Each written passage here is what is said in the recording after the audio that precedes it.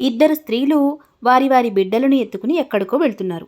దారిలో ఒక తోడేలు వచ్చి ఆ ఇద్దరిలో ఒక ఆమె పిల్లవాడిని ఎత్తుకెళ్ళిపోయింది. అప్పుడు వారిద్దరిలో ఒక స్త్రీ, తోడేలు నీ బిడ్డను ఎత్తుకు వెళ్ళింది అని అంది.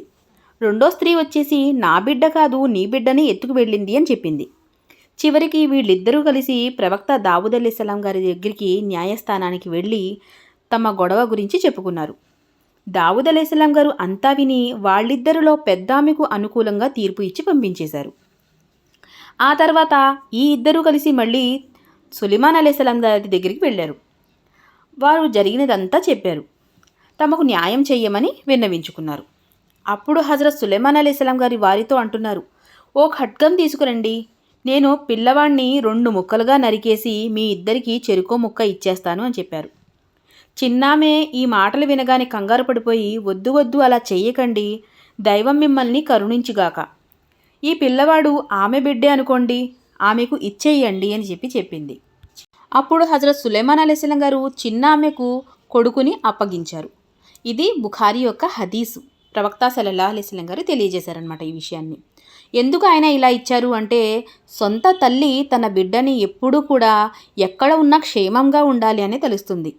కాబట్టి ఆ చిన్న ఆమె ఏం చేసింది, ఆ బిడ్డని తన దగ్గర ఉండకపోయినా పర్వాలేదు, క్షేమంగా ఉంటే చాలు అని తలిచి పెద్దావిడికి ఇచ్చేమంది. ఈ విషయాన్ని గ్రహించి సులైమాన్ అలైహిస్సలాం గారు ఇలా తీర్పు ఇవ్వడం అనేది జరిగింది. పూర్వకాలంలో ఒక అతను వేరొక అతని దగ్గర ఒక భూమిని కొన్నాడు. ఆ భూమిలో ఉన్న బంగారం లంకి బిందులు బయటపడ్డాయి. దాంతో భూమి కొన్న వ్యక్తి అమ్మిన వ్యక్తి దగ్గరికి వచ్చి, ఇదిగో ఈ బంగారం నీదే, తీసుకో అని చెప్పాడు. నేను నీ దగ్గర బంగారం కొనలేదు, కేవలం భూమిని మాత్రమే కొన్నాను అని అతను చెప్తున్నాడు. అయితే భూమిని అమ్మేసిన వ్యక్తి ఏమంటున్నాడు, నేను భూమితో పాటు ఏదైతే ఉందో అది కూడా నీకు అమ్మేశాను, ఇది నాదైతే కాదు, నాకొద్దు అని అతను అంటున్నాడు. ఈ కాలంలో అలా జరిగితే మనం ఏం చేస్తాం? సరే, వివరణలోనికి వెళ్ళిపోదాం.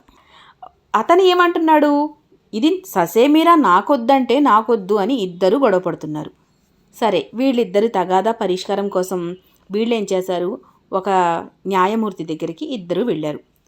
తీర్పు అతను న్యాయమూర్తి ఏమని చెప్తున్నాడంటే, మీ ఇద్దరికి పిల్లలున్నారా అని అడుగుతున్నారు.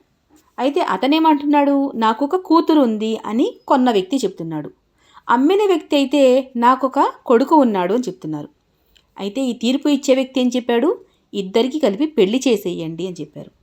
అయితే ఇందులో దైవానికి కొంత భాగం ఖర్చు చేయండి అని చెప్పి ఆయన తీర్పు చెప్పడం అనేది జరిగింది. ఇది సహీ బుఖారీ యొక్క హదీసు. ప్రవక్త సల్లల్లాహు అలైహి వసల్లం గారు తెలియజేశారు. ఇక వేరే విషయం, ఒక ఇంట్లో లేదా ఒక గదిలో ఇద్దరు స్త్రీలు మోజోళ్లు తయారు చేసుకునే పని చేసుకుంటున్నారు. ఒకరోజు వారిద్దరిలో ఒక స్త్రీ చేతిలో మోజోడు కుట్టే సువ్వ దిగిపోయింది. ఆ స్థితిలో ఆమె బయటకు వచ్చి తన గదిలో దిగబడిన ఆ సువ్వను రెండవ స్త్రీయే గుచ్చిందని చెప్పింది. ఈ విషయం తీసుకెళ్ళి అబ్దుల్లా బిన్ అబ్బాస్ రజలానా గారి దగ్గరికి చెప్పారు.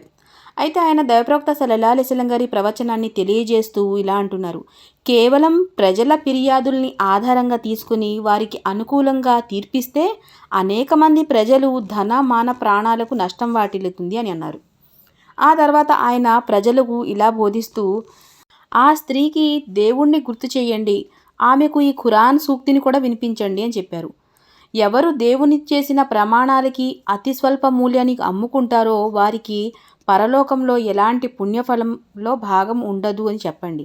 ప్రళయ దినాన్న అలాంటి వారితో దేవుడు మాట్లాడడు, వారి వైపు కన్నెత్తి కూడా చూడడు, వారిని పరిశుద్ధపరచుడు, అంతేకాదు వారి కోసం ఘోరమైన శిక్ష కాచుకుని ఉంది అని 3వ సూర 77వ ఆయత్లో ఉన్న విషయాన్ని ఆయన తెలియజేశారు. అయితే ఆయన చెప్పినట్లే ప్రజలు ఆ స్త్రీకి హితోపదేశం చేశారు వెళ్ళి. దాంతో ఆమె భయపడిపోయి తనను తానే చేతిలో సువ్వ గుచ్చుకునే విధంగా చేసుకున్నాను అని చెప్పి నేరాన్ని ఆమె ఒప్పుకోవడం కూడా జరిగింది. ఈ విషయాన్ని కూడా ప్రవక్త సల్లల్లాహు అలైహి వసల్లం గారు తెలియజేస్తున్నారు. ఇది కూడా బుఖారీ యొక్క హదీస్ అన్నమాట. అయితే అల్లాహ్ సుబ్హానహు వ తఆలా మనకి ఇంకా ఎన్నో విషయాలు తెలుసుకుని వాటిపైన అమలుపరిచే సద్బుద్ధిని ప్రసాదించాలని నేను దువా చేస్తూ ముగిస్తున్నాను.